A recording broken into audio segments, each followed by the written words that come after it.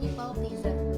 Jadi mungkin beberapa teman-teman ada yang udah mengetahui apa itu people pleaser, namun belum mengetahui apa ciri-cirinya, apa cara-cara untuk tidak menjadi seseorang yang people pleaser. Jadi kita akan bahas itu secara rinci pada video kali ini. Jadi people pleaser itu adalah orang yang selalu mengutamakan atau menomorsatukan kebahagiaan orang lain atau kepentingan orang lain dibandingkan kebahagiaan dirinya sendiri. Dia cenderung lebih mengutamakan hal tersebut. Dan orang yang people pleaser ini juga sulit untuk menemukan jati dirinya. Karena apa? Karena orang yang people pleaser ini dia cenderung hidup di atas ekspektasi orang. Jadi orang yang people pleaser itu, seperti yang saya sebutkan tadi, dia hidup di atas ekspektasi orang lain. Jadi dia cenderung mendengarkan apa yang orang lain inginkan, orang lain katakan. Tentu perlu kita garis bawahi, kita memang memerlukan saran, solusi dari orang di sekeliling kita atau orang yang dekat dengan kita seperti teman. Namun, ketika itu tidak sesuai dengan diri kita, itu akan cenderung diri kita memaksakan diri kita untuk menjadi seperti yang mereka inginkan. Dan orang yang people pleaser ini dia cenderung melakukan hal tersebut karena dia takut akan penolakan ataupun tidak adanya pengakuan dari lingkungan sekitarnya. Tentu saja kita hidup sebagai makhluk sosial, memerlukan orang-orang di sekitar kita. Tidak dipungkiri kita juga hidup memerlukan bantuan orang lain. Mendengarkan apa yang orang lain katakan, apa yang orang lain sarankan itu tidak ada salahnya. Karena kita dalam hidup juga memerlukan kontribusi positif atau saran dari orang lain. Namun ketika hal tersebut tidak sesuai dengan diri kita, itu jangan kita paksakan diri kita untuk mengikuti hal tersebut. Karena people pleaser ini dia cenderung akan melakukan hal tersebut untuk menyenangkan orang lain, untuk membuat orang itu senang terhadap dirinya. Padahal dia tidak ada passion pada hal tersebut, tidak ada kemampuan pada hal tersebut. Karena hanya kita yang mengetahui kemampuan diri kita. Jadi diri kita berhak menentukan kemana arah yang akan kita ambil, keputusan yang kita ambil, itu kita berhak menentukan hal tersebut. Jadi people pleaser ini cenderung melakukan semua yang orang sekelilingnya inginkan karena dia takut akan penolakan ataupun pengakuan dari orang-orang di sekelilingnya. Takut orang di sekelilingnya tidak mau berteman dengan dia, orang di sekelilingnya tidak menghiraukan dia. Padahal sebenarnya lakukan aja apa yang kita bisa, apa kemampuan kita. Karena orang yang benar-benar ingin berteman dengan kita akan menerima semua itu dengan tangan terbuka, bukan tidak menerima karena tidak sesuai dengan apa yang diinginkannya. Jadi people pleaser ini tidak akan menghiraukan dirinya. Itulah disebut dengan dia lebih menomorsatukan orang lain ketimbang perasaan dirinya sendiri. Jadi people pleaser ini sering terjadi di lingkungan pertemanan, lingkungan pekerjaan, lingkungan kampus misalnya, ini sering terjadi. Jadi kita akan membahas apa aja sih ciri-ciri orang yang people pleaser itu. Adapun tindakan-tindakan yang sering dilakukan oleh people pleaser antara lain yaitu yang pertama, selalu berkata ya dalam setiap permintaan. Misalnya ketika temannya meminta dia untuk kesini, dia tidak mampu melakukan penolakan. Jadi people pleaser ini tidak bisa berkata tidak. Dia selalu mengiyakan apapun yang orang sekelilingnya inginkan, orang sekelilingnya minta, dia selalu mengiyakan hal tersebut dengan berdalih bahwa dia ingin menjaga perasaan orang di sekelilingnya, ingin orang sekelilingnya tidak berpikir bahwa dia tidak mau membantu, berpikir tidak mau memberikan pertolongan terhadap temannya. Itu yang selalu ditakutkan oleh people pleaser. Padahal pada dasarnya kita sebenarnya bukan memungkiri kita untuk selalu membantu orang lain, tetapi ada saatnya kita tidak bisa membantu dia karena kita juga memiliki kepentingan atau aktivitas lain. Jadi teman yang baik itu sebenarnya atau rekan ataupun orang sekeliling kita yang baik itu akan mengerti hal tersebut. Karena kita harus memberikan ruang kepada diri kita. Kita melakukan hal yang tidak kita sukai, kita paksakan diri kita untuk melakukannya. Itu akan membuat diri kita menjadi tertekan, menjadi lebih stres dengan keadaan tersebut. Tetapi kita berusaha untuk tetap tersenyum di depan orang lain dengan melakukan apa yang dia minta, apa yang dia inginkan, apa yang dia macam-macam lah halnya. Lalu ciri yang kedua yaitu people pleaser itu cenderung mengiyakan atau pura-pura setuju dengan perbedaan pendapat. Misalnya dalam suatu ruang diskusi kelompok dan sebagainya, pasti ada saja perbedaan pendapat dan perbedaan pendapat itu tidak selalu menjadi hal yang negatif. Namun pada kasus people pleaser ini, dia cenderung pura-pura setuju dengan pendapat yang ada, padahal dia tidak setuju dengan pendapat tersebut. Beda halnya ketika kita sudah mengetahui karakter orang atau lawan bicara kita tersebut, yang tidak mau menerima pendapat orang lain, yang tidak mau mendengarkan pendapat orang lain, itu bisa saja kita cenderung untuk memilih diam karena menghindari perselisihan atau konflik. Di people pleaser ini dia cenderung minta maaf kepada orang lain padahal dia tidak melakukan kesalahan tersebut. Jadi jangan kita menyenangkan orang lain dengan menanggung kesalahan yang dia perbuat. Biarkan saja, karena dengan melakukan hal tersebut dia akan cenderung melakukan hal yang sama secara berulang-ulang, karena dia beranggapan kita tidak akan masalah dengan apa yang dia perbuat, dengan kesalahan yang dia perbuat.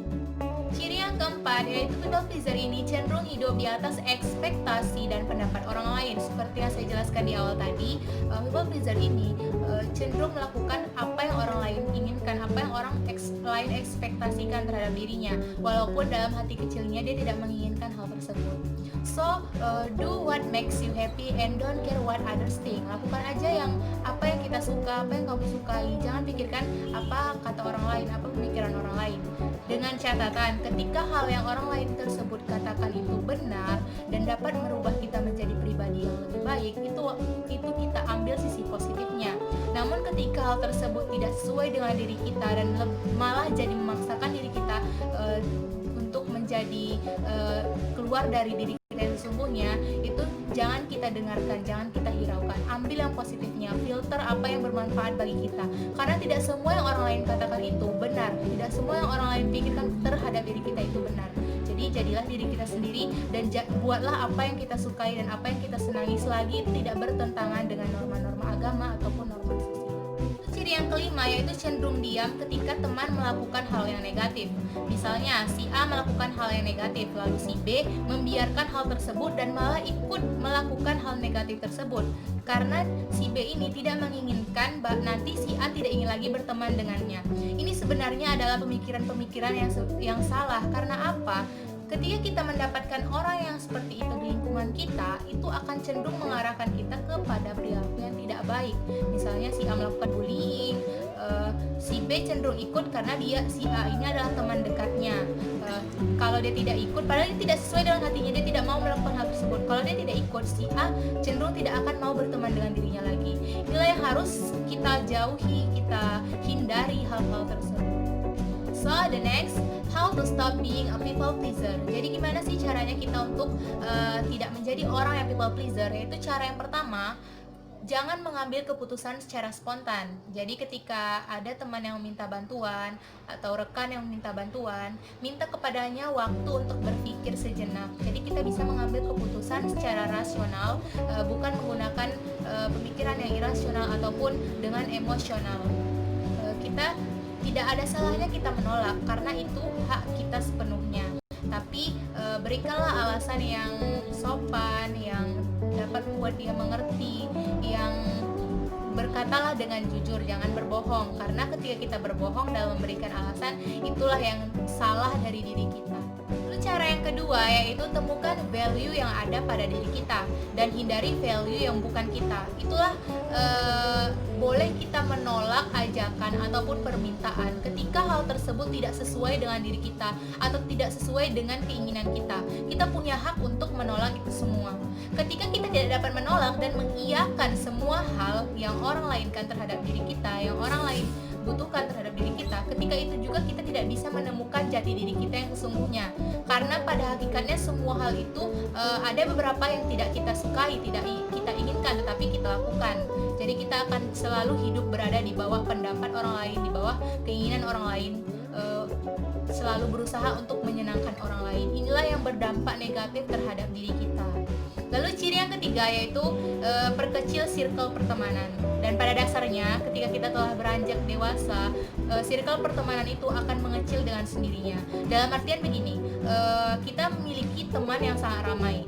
Itulah perlu kita eliminasi mana yang teman yang dapat memberikan kita dukungan, yang dapat mengerti kita, yang kita bisa mengerti satu sama lain, tidak hanya dia yang mengerti kita atau kita yang mengerti dia. Tapi kita bisa saling mengerti dengan kondisi yang ada, dengan jarak yang ada, misalnya tidak memaksakan kehendak ketika teman kita dapat membantu, kita senang ketika teman kita ada halangan atau hambatan, kita tidak kecil hati dan tidak merasa tidak mau berteman dengan dia lagi. Begitupun sebaliknya. Jadi circle pertemanan itu akan mengecil dengan sendirinya. Seperti di video saya yang sebelumnya saya sudah jelaskan, kita bukan ingin bermusuhan atau tidak enakan dengan teman kita, tapi ada orang-orang yang patut kita pertahankan dan ada orang-orang yang kita tidak masalah karena kita sudah berjuang. Misalnya dalam berteman, kita sudah berusaha untuk mengerti dia, sudah berusaha untuk menyenangkan dia, berusaha untuk berbagai macam hal. Tapi teman kita tidak ikut memperjuangkan pertemanan tersebut, cenderung lebih membuat kita menjadi stres, membuat kita tertekan. Hal tersebut perlu kita hindari dengan tetap menjalin tali silaturahim dengan dia, tetapi tidak berada di circle terdekat dengan kita. Itulah, circle pertemanan itu akan mengecil dengan sendirinya. Perlulah kita eliminasi mana orang yang benar-benar pantas berada di dalam hidup kita, yang dapat mendukung kita. Itulah yang harus kita apresiasi, yang harus kita perjuangkan. Kenapa? Saya juga pernah merasakan hal tersebut, merasa takut orang tidak senang terhadap saya ketika saya tidak membantu dia, padahal saat itu saya sedang mempunyai aktivitas yang lain. Saya utamakan dia karena saya tidak ingin dia beranggapan saya tidak ingin membantunya, dan itu sangat-sangat membuat saya tertekan. Karena ketika kita mengiyakan dan melakukan semuanya dan menomorsatukan orang di sekeliling kita, jadi orang di sekeliling kita itu cenderung lebih remeh terhadap kita. Dalam artian seperti ini, karena kita tidak pernah melakukan penolakan, dia akan berpikir, oh si A selalu kok mengiyakan apa yang saya inginkan ketika saya membutuhkan bantuan dia selalu siap siaga untuk membantu saya. Jadi ketika kita tidak bisa membantu, ketika kita sedang memiliki pekerjaan lain atau aktivitas lain yang tidak dapat ditinggalkan, kita berhak untuk mengatakan tidak. Dalam catatan, kita bukan tidak ingin membantu teman kita atau membantu orang lain, tapi kita mempunyai hak untuk menolak hal tersebut, untuk mengapresiasi diri kita. Berikan diri kita ini self respect. Kita juga mempunyai ruang untuk kita melakukan hal yang lain dengan tidak menomorsatukan orang lain, namun menomorsatukan keinginan kita sendiri. Jadi bukan berarti egois ketika kita menomorsatukan diri kita, namun kita juga memerlukan ruang untuk mengapresiasi diri kita, untuk membuat diri kita menjadi lebih bahagia dengan tidak menomorsatukan keinginan orang lain ketimbang kesenangan yang ada di dalam diri kita. Karena ada beberapa hal yang bisa jadi kita membuat orang lain senang, itu dapat membuat kita senang. Namun kebanyakan ketika kita mencoba untuk menyenangkan orang lain, namun diri kita merasa tidak senang atau malah tertekan, namun kita tidak menampakkan hal itu di depan semua orang. Ini sangat berbahaya terhadap diri kita karena kita cenderung memendam itu secara sendirian.